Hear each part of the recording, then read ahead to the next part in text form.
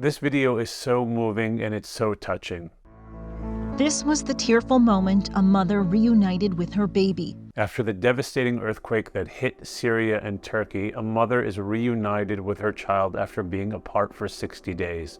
Now, as a parent, I'm watching this video and I can only imagine the emotions that this mother is going through and feeling just to have her child close back with her again, just to know that her child is safe, because there's nothing on this earth like the love of a mother towards a child.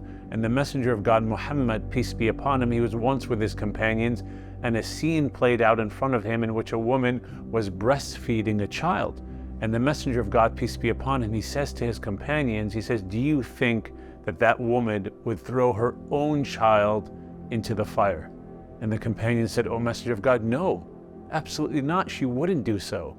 And he, peace be upon him, he says, God is more merciful to his servants than that woman is to her own child.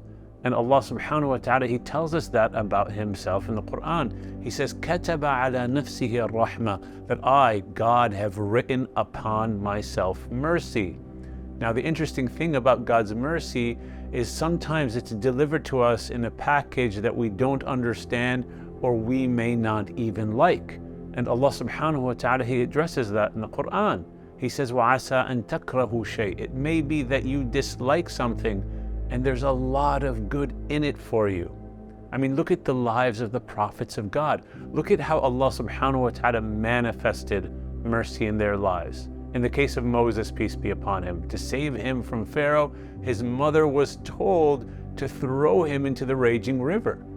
Now, she didn't want to do that, but that's how God's mercy came to him as he was protected from being killed. Look at the story of Ibrahim alayhi salam, thrown into fire. And he tells us those were the best days of his life that he ever lived.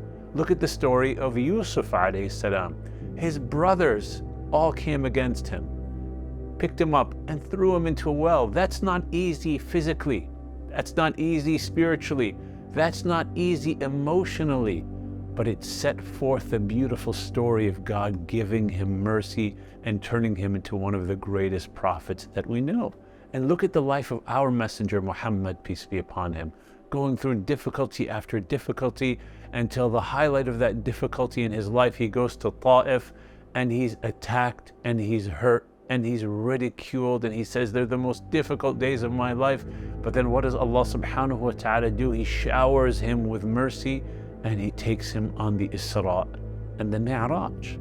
Now, we all go through challenges in life, but if we're believers and our hearts are clinging to Allah subhanahu wa ta'ala, no matter what we're going through in life, Allah subhanahu wa ta'ala intends good for you and I.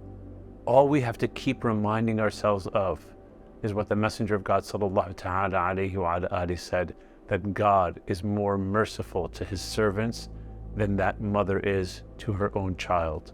May God envelop us all with his divine mercy.